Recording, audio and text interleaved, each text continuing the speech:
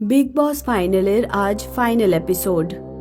স্টেজে দুজন ফাইনালিস্ট দাঁড়িয়ে আছে, সামনে দর্শকরা অপেক্ষায় রয়েছে। আজ বিগ বসের বিজয়ী ঘোষণা করা হবে। সঞ্চালক বিখ্যাত অভিনেতা অনিল মাখিজা মাইকে ঘোষণা করে, বিগ বসের আজ ফাইনাল, আর সবাই অধীর আগ্রহে অপেক্ষা করছে। বিজয়ী বিখ্যাত টিভি অ্যাক্টর সমর মালহোত্রা, নাকি সাধারণ ঘর থেকে উঠে আসা একটি ছেলে যে ফাইনালে এসে পৌঁছেছে, রোহন ত্রিপাঠী। দর্শকরা হাততালি দেয়। আর বিগ বসের এই সিজনের বিজয়ী হলো রোহন ত্রিপাঠী। এটা শুনেই দর্শকরা হাততালি দিতে শুরু করে। রোহন ভীষণ খুশি হয়। ও জানে যে ওর বাবা দর্শকদের মাঝখানে বসে আছে আর খুব আনন্দিত হচ্ছেন। এই নাও রোহন, তোমার ট্রফি। ধন্যবাদ স্যার। সামার রোহন জেতাকে খুশি হয়নি। মনে মনে ও রাগে আর ক্ষোভে জ্বলছিল আর ব্যাক স্টেজে চলে যায়। শুটিং শেষে অনিল নিজের ভ্যানের দিকে এগিয়ে যায় আর দেখে সামার ব্যাক স্টেজে রেগে প্রডিউসার কমলের সঙ্গে কথা বলছে। অনিল পেছনে দাঁড়িয়ে ওদের সব কথা শুনতে থাকে। তোমরা কথা দিয়েছিলে আমাকেই জেতাবে, এই জন্য আমি এই শো করেছিলাম, আর এখন তুমি ওই রোহন ত্রিপাঠীকে কিভাবে জিতিয়ে দিলে? হ্যাঁ, কথা দিয়েছিলাম, কিন্তু রোহনের জনপ্রিয়তা এত বেশি ছিল যে ওকে দর্শক তোমার থেকে বেশি ভোট দিয়েছে। তোমরা আমাকে ফাইনালে যেভাবেই হোক নিয়ে এসেছি, কিন্তু শেষে দর্শকই জেতাবে, আমাদের কিছু করার ছিল না। তোমরা আমাকে ধোঁকা দিয়েছ, আমি তোমাদের ছাড়বো না। তখনই অনিল ওদের দুজনের কাছে আসে। অনিলজি, আপনি ওকে বোঝান, কিছু না করা সত্ত্বেও একেবারে ফাইনাল অবধি নিয়ে এসছি, আর ইনি দেখুন এখন কিভাবে কথা বলছে। আরে ঠিক আছে, এই নতুন ছেলেটা জিতে গেছে, আমি ইন্ডাস্ট্রিতে কথা বলে নেব, কেউ যেন ওকে আর কোনো কাজ না দেয়, আর তোমাকে আমাদের পরের ছবিতে সাইন করাবো। শুনলে, এবার তো তোমার লাভই লাভ হলো। তখনই একটা স্ট্যান্ড লাইট করার শব্দ হয়। ওরা দেখতে পায় রোহন ওখানে দাঁড়িয়ে ওদের সব কথা শুনছিল। তিনজনই চমকে ওঠে। রোহন রাগের চোটে ওদের দিকে তাকায়। তখনই অনিল বলে, দেখো রোহন, এত বড় জয় পেয়েছো, গিয়ে আনন্দ করো, যাও। আপনারা কত খারাপ এখন আমি জানতে পারলাম, আমি সব কথা মিডিয়াকে গিয়ে বলে দেব। রোহন রেগে চলে যায়। অনিল স্যার, কিছু করুন, ও যদি মিডিয়াকে সব বলে দেয় আমাদের বদনাম হয়ে যাবে। ঠিক আছে, তুমি চিন্তা করো না, ও মিডিয়া অবধি পৌঁছাতেই পারবে না। রোহন মিডিয়ার কাছে যাওয়ার জন্য দৌড়তে থাকে। তখনই কিছু গুন্ডা এসে জোর করে একটা গাড়িতে তুলে নেয়। সব ঠিক হয়ে যাবে তো অনিলজি, আপনি চিন্তা করবেন না। কমল, এমন কত রোহন এলো আর গেল, চলুন আপনি আর সমর আমার বাড়িতে চলুন, পার্টি করব। তিনজনই হাসতে শুরু করে। অনিল বাড়িতে বসে টিভি দেখছিল, যেটাতে নিউজ শুরু হয়। আমরা খবর সূত্রে জানতে পেরেছি রোহন মারা গেছে। ও যে গাড়ি চালাচ্ছিল তার অ্যাক্সিডেন্ট হয়ে গেছে। তিনজন একে অপরের দিকে তাকিয়ে হাসতে শুরু করে আর শ্যাম্পেন খেতে থাকে। আপনি তো কামাল করেছেন অনিলজি। তিনজন মনের সুখে মজা করতে থাকে। তখনই জোরে হাওয়া চলতে শুরু করে। রোহন ওদের দিকে রাগে তাকিয়ে থাকে আর ইশারা করতে শুরু করে। যে সোফায় ওরা বসেছিল তার পাশে থাকা টেবিল নড়তে শুরু করে আর শ্যাম্পেনের বোতল নিচে পড়ে ভেঙে যায়। তিনজন চমকে উঠে দাঁড়িয়ে পড়ে। তিনজনের নেশাই কেটে যায়। সামার ভয় পেয়ে বলে, তিনজনই ঘাবড়ে যায়। তখন কমল বলে, এসব কি হচ্ছে, কে করছে এসব? রোহনের আত্মা রেগে উত্তর দেয়, তোমরা আমাকে মেরে ঠিক করনি।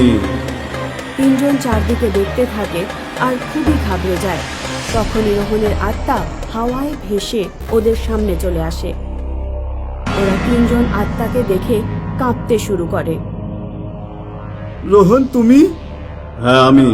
তোমরা আমাকে মেরে ফেলেছো, কিন্তু এখন তোমরা বাঁচবে না। অনিল দৌড়ে গিয়ে ফোনে একটা নাম্বার ডায়াল করে। Hello hello, security. Rohan Rohan ইশারায় ফোনের তার কেটে দেয়। অনিল ঘাবড়ে যায়। তোকে কেউ বাঁচাতে পারবে না। অনিল ড্রয়ার থেকে বন্দুক বার করে আর রোহনের দিকে বন্দুক তাক করে। তুমি কি পাগল হয়ে গেছো? আত্মাকে গুলি করবে? আত্মা তার কাছে চলে আসে। কমল পালাতে শুরু করে। রোহন ইশারায় ওকে উল্টো টানিয়ে দেয় আর দরজার দিকে আছাড় মারতে শুরু করে। কমলের মাথায় আঘাত লাগে আর ও মাটিতে পড়ে অজ্ঞান হয়ে যায়। তুমি আমার কিচ্ছু করতে পারবে না, বুঝলে? আমার নাম অনিল সিং। রোহন রেগে গিয়ে ওর দিকে দেখে আর ওর গলা চেপে ধরে। অনিলের শ্বাস প্রায় বন্ধ হয়ে আসে। সমর এসব দেখে ভীষণ ঘাবড়ে যায় আর অনিল মারা যায়। আত্মা যখন সমরের দিকে তাকায়, সমর হাঁটু গেড়ে বসে ক্ষমা চাইতে থাকে। দেখো, আমি সবাইকে বলবো তোমার অ্যাক্সিডেন্ট হয়নি। অনিল তোমাকে লোক দিয়ে মেরেছিল। আমি আমি নিজে আত্মসমর্পণ করে দেব। আমাকে ছেড়ে দাও প্লিজ। আমি তোমাকে তো মারিনি। ঠিক আছে, যা বললে সেটা মনে রেখো, না হলে আমি আবার আসবো। সমর একটা প্রেস কনফারেন্স ডাকে আর সব সত্যি কথা বলে আর নিজেকে পুলিশের কাছে সারেন্ডার করে দেয়।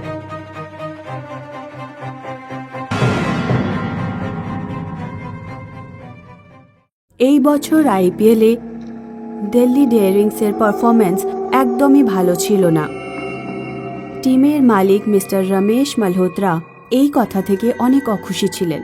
টিমের ক্যাপ্টেন রোহিত বর্মাকে উনি হোটেলে নিজের ঘরে ডাকেন। তখনই উনি ঘর থেকে বিশেষ টিমের ভাইস ক্যাপ্টেনকে বেরোতে দেখেন। আরে তুমি এখানে কি করছো? এমনি অন্য একজনের সঙ্গে দেখা করতে এসেছিলাম। বিশেষ তাড়াতাড়ি চলে যায়। রোহিত রমেশের ঘরে আসে।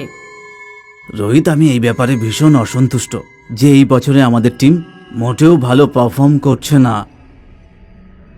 রমেশ স্যার, আমি আপনাকে কতবার বলেছি যে টিমে পরিবর্তন করা দরকার, কিন্তু আপনি শুনছেনই না। বিশেষ মোটেও ভালো প্লেয়ার নয়, আমাদের ওকে বাইরে বের করতে হবে। বুঝতে পেরেছি আমি। রোহিত রাগের সাথে রমেশের কাছে আসে। তুমি আমাকে ধোকা দিয়েছো। তুমি বিশেষকে ক্যাপ্টেন করতে চাও আর আমাকে টিম থেকে বের করে দিতে চাও। আমার জানা ছিল না যে তুমি পয়সার জন্য এতটা নিচে নেমে যাবে। আমি এই কথাটা সবাইকে বলে দেবো। রোহিত রাগ করে চলে যায় আর রমেশ ভয় পেয়ে একটা ফোন করে। পরের দিন রমেশ নিজের টিমের সাথে বসে থাকে। আপনাদের খুব দুঃখের সাথে জানানো হচ্ছে যে আমাদের ক্যাপ্টেন রোহিত বর্মার মৃত্যু হয়েছে আর আজ থেকে আপনাদের ক্যাপ্টেন হলো বিশেষ যাদব। সবাই অবাক হয়ে যায়। টিমের পারফরমেন্সে তবু কোনো উন্নতি হয় না। রমেশ নিজের ঘরে অশান্ত মনে পায়চারি করতে থাকে।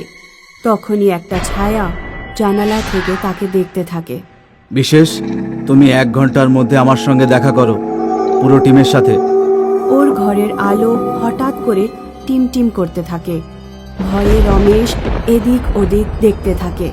ও ঘর থেকে রিসেপশনে ফোন করার জন্য ফোন ওঠায়, কিন্তু ফোনের তার কাটা ছিল। এ কি হচ্ছে? ও ঘরের থেকে বাইরে যাবার জন্য দরজা খোলে, কিন্তু দরজাটা কিছুতেই খুলল না। হঠাৎ করে একটা আওয়াজ শুনতে পায়। কোথায় বেঁচে পালাবে আমার থেকে? রমেশ ভয় পেয়ে পেছনে তাকায় আর দেখে যে ও রোহিতের আত্মা ওর সামনেই দাঁড়িয়ে আছে। ওর মাথা থেকে রক্ত চুইয়ে পড়ার চিহ্ন ছিল। ওর মুখে ছোট ছোট কাঁচের টুকরো গেঁথে আছে আর ওর চোখ একদম রাগে লাল হয়ে আছে। আরে রোহিত, তুমি বেঁচে আছো? হ্যাঁ, আমি।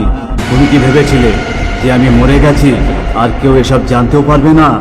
রমেশ পালানোর চেষ্টা করতে লাগলো আর অমনি টেলিফোনের ছেঁড়া তার ওর গলা পেঁচিয়ে ধরে আর ও পড়ে যায়। কি চাই তোমার? আমি তোমাকে মারিনি। ওটা তোরই লোক ছিল যে আমাকে মেরেছে। আরে না, আমি তো ওই বিশেষের কথাই এসব করেছিলাম। যেদিন তুমি আমাকে হুমকি দিয়ে চলে গেলে, আমি বিশেষকে ফোন করলাম আর ও আমাকে বলল যে ওর চিন্তা তুমি করো না, আমি ওকে দেখে নিচ্ছি। তুমি শুধু কি কথা বলেছিলে সেটা মনে রেখো। আর তারপর বিশেষই গুন্ডা লাগিয়ে তোমাকে মেরে ফেলেছিল, আর আমি তোমার মৃত্যুর একটা কার অ্যাক্সিডেন্ট বলে চালিয়ে দিয়েছিলাম। রোহিত এসব শুনে খুব রেগে যায়। সারা ঘর অন্ধকার হয়ে যায় আর জানালার কাঁচ ভেঙে পড়ে। রমেশের গলায় তার পেঁচিয়ে যাওয়ার কারণে মৃত্যু হয়ে যায়। কি হলো রমেশ স্যার? একই পারফরমেন্সের ব্যাপারে তো কালকেই কথা বলা যেত, রাত্রিবেলা কেন মিটিং ডাকলেন? মনে হচ্ছে আরো টাকা দিতে হবে আমাকে। কেমন আছো আমার প্রিয় বন্ধু বিশেষ?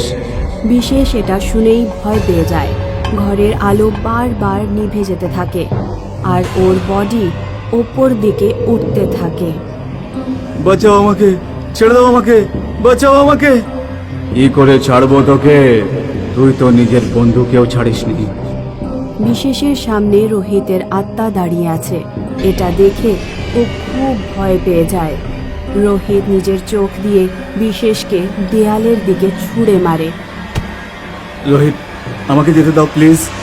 আমি ক্যাপ্টেন হতে চেয়েছিলাম, আর যখন তোমাকে সিলেক্ট করা হলো তো তো আমার খুব রাগ হলো। আর তারপর তুমি আমাকে টিম থেকেও বের করে দিতে বলেছিলে, এই জন্য আমি তোমাকে মেরে ফেলেছি। রোহিতের চোখ আরো লাল হয়ে যায়।